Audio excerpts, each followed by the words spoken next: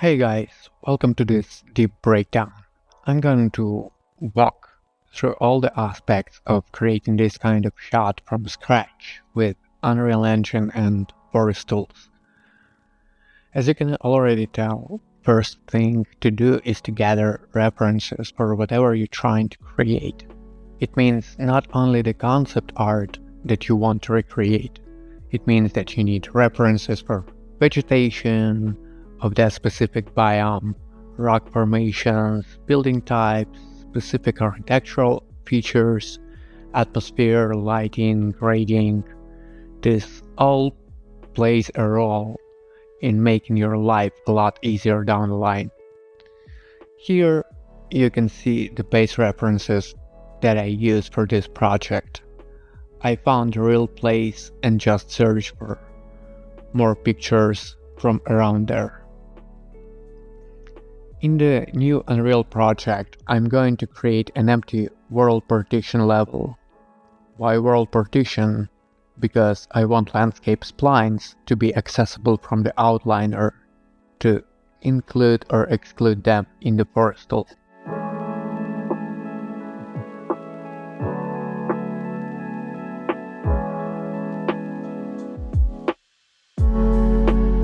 Here, as you can see, I'm just going to create an empty terrain.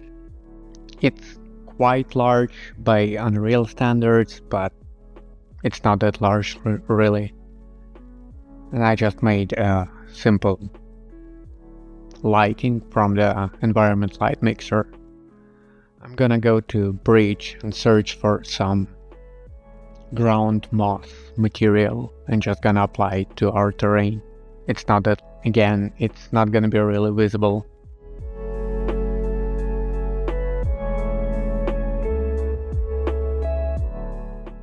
I'm also bringing in a humanoid to help with the scale of the scene.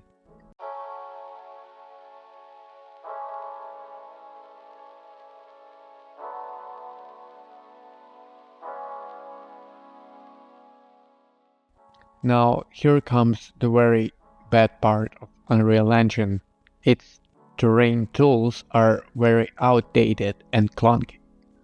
But they will do because we are going for the cliffy look, and the base terrain will only act as a guide as to where we want our cliffs to get the desired shape. If I needed a terrain more than a base shape holder, I would definitely go to Gaia or Houdini or Tyflow to do them and import it as a mesh. I'm placing the camera in the road early on to not waste time on something that isn't going to be visible from camera or to not overstep the boundaries. I also try to make a bit different elevation levels on the road itself, as nature is hardly ever flat.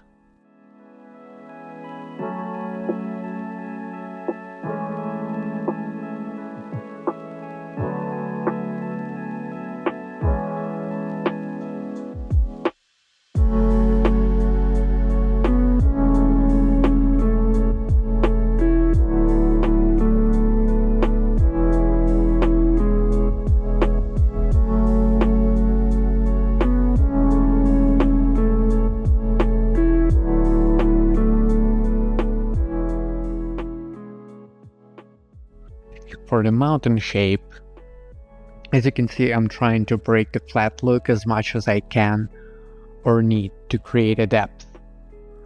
Parallax is really important to make the composition feel deep and interesting from the camera perspective. So nothing really special about it. I'm just pushing terrain up and down using flatten or clay brushes, as I want to make this as fast as possible because it's going to be really just silhouette defining geometry rather than a visible object.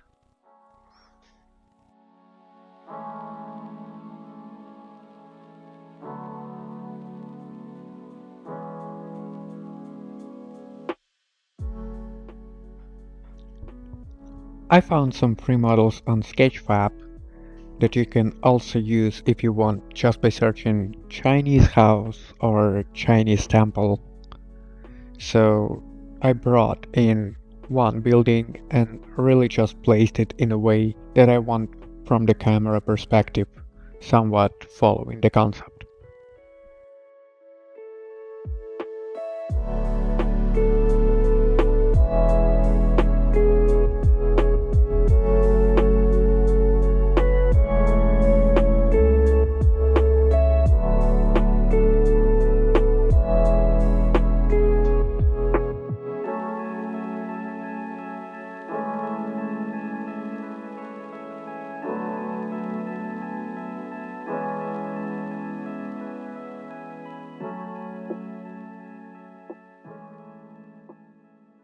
Now, I'm making a base sequencer to animate the camera and see how far I can see the environment.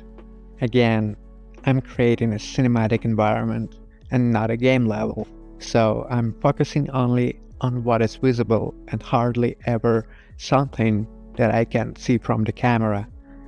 It means that if I suddenly rotate the camera 180, you're gonna see a lot of floating geometry and other gibberish because it's not visible. So I'm just making some movement, and as you can see, it changed quite a bit at the end, but it's a good enough base to measure the extent of the work I need to do.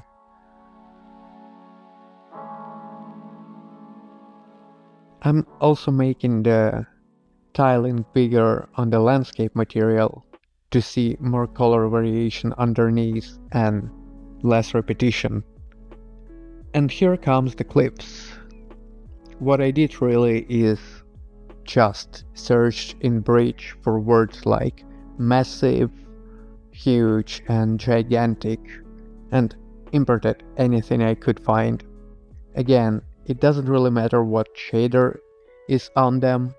I knew I was going to reshade and kind of retexture them to fit the biome I'm creating.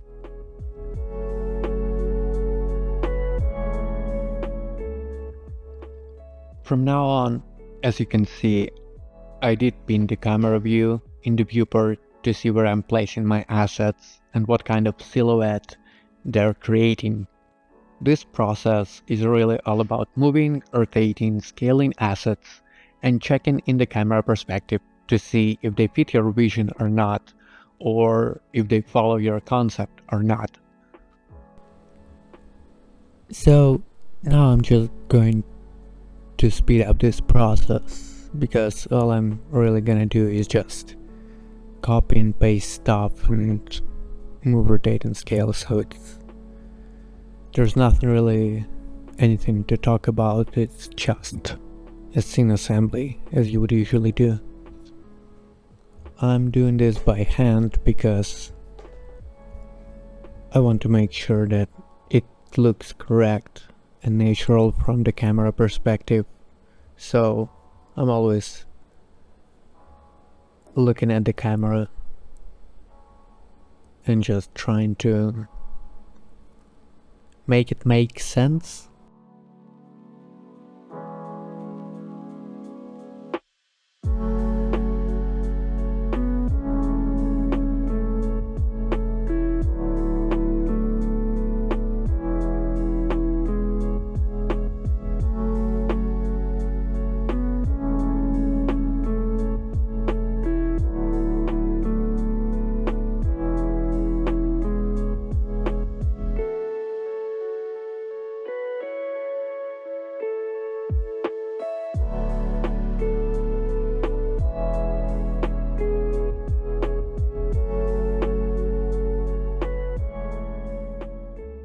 Now, here I decided that the buildings are a little bit too big, and so I scaled them back to their original size.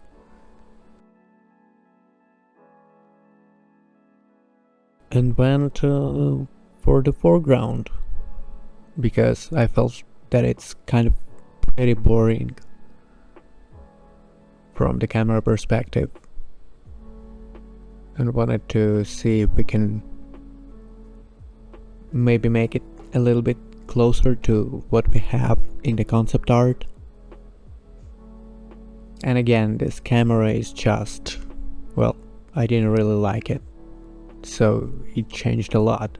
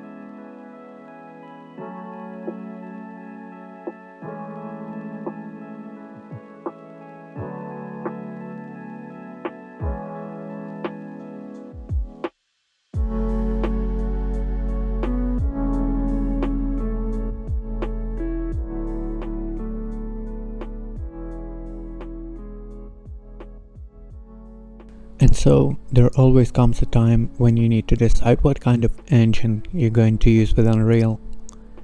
You can get similar results in both of them, but the way they do so is going to be very different, and if you're using the same settings, your path tracing and Lumen scenes would look very different, just because how differently these engines are handling lighting behaviors, and especially the volume fog.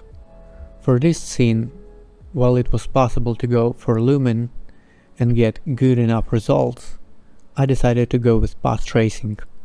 Lumen and any real-time renderer are always looking like a game engine, no matter how hard you try to hide it.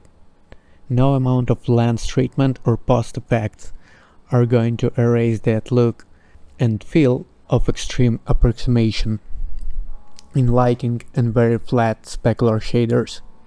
And don't even start about the anti-aliasing, which is extremely bad and always visible. So the decision was made, and I went for path tracing. With the path tracing, really, it's all about the right HDRI and size of your directional light and fog. I knew that I wanted some misty, foggy atmosphere to make this environment feel heavy and cinematic, so I just threw some daylight HDRI into the sky light, disabling the real-time capture. I also deleted all the effects, such as sky atmosphere and clouds. Next, I made the directional light size a lot bigger to make shadows extremely soft. In an overcast scenario or foggy days, but if it's a foggy scene, why use directional light at all and not just an overcast HDRI, let's ask.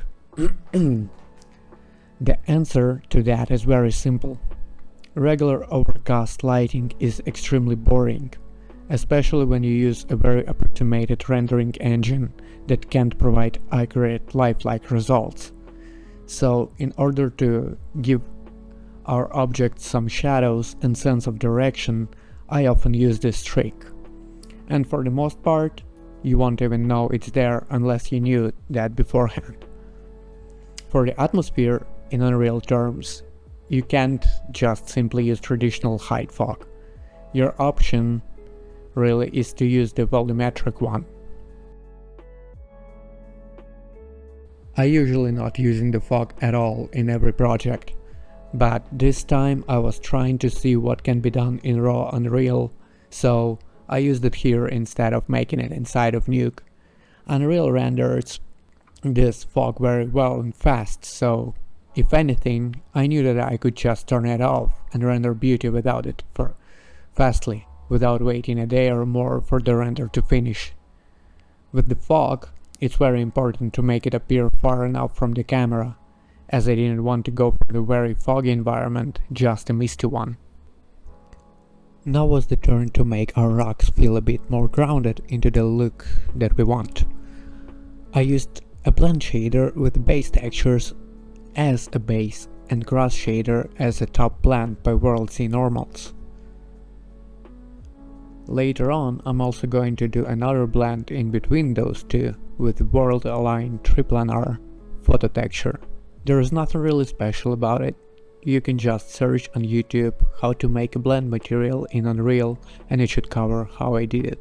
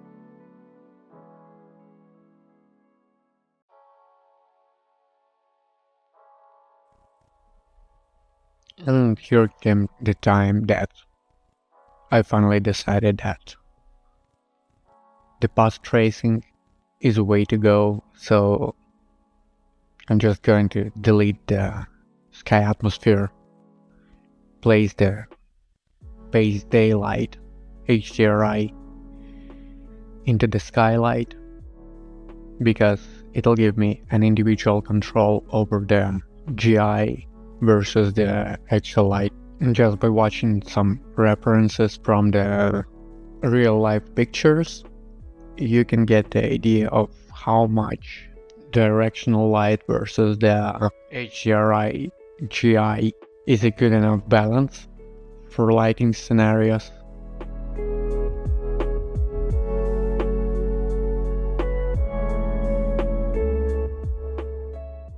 You can also see how changing the source angle affects the shadows. So even though it's the same lighting, just by changing the size of the directional light, you can clearly see how you get more contrast or less contrast just by increasing the size. And then I also thought that the grass was really bright and saturated, so I just decided to make it darker throughout all of our assets.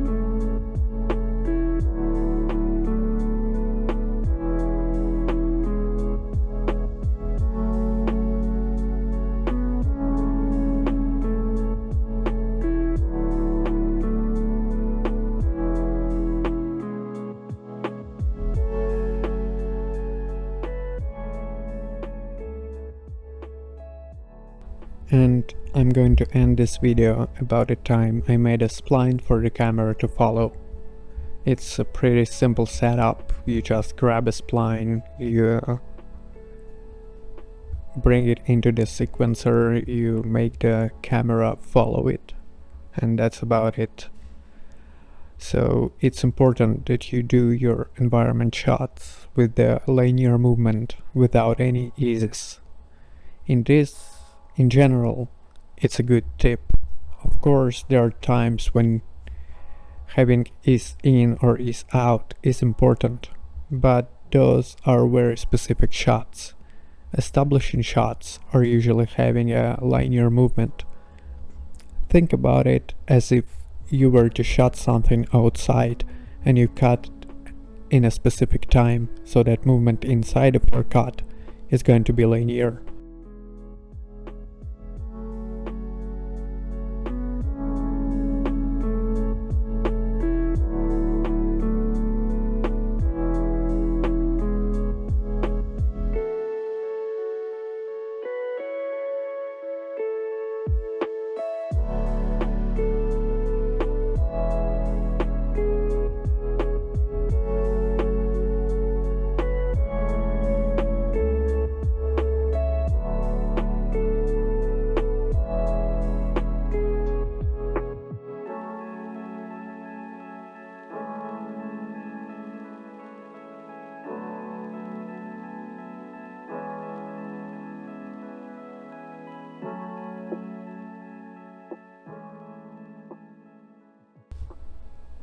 Again, as you can see, I'm always checking what I see from the camera and adjust my objects accordingly to make it look and feel interesting and cinematic from the camera view.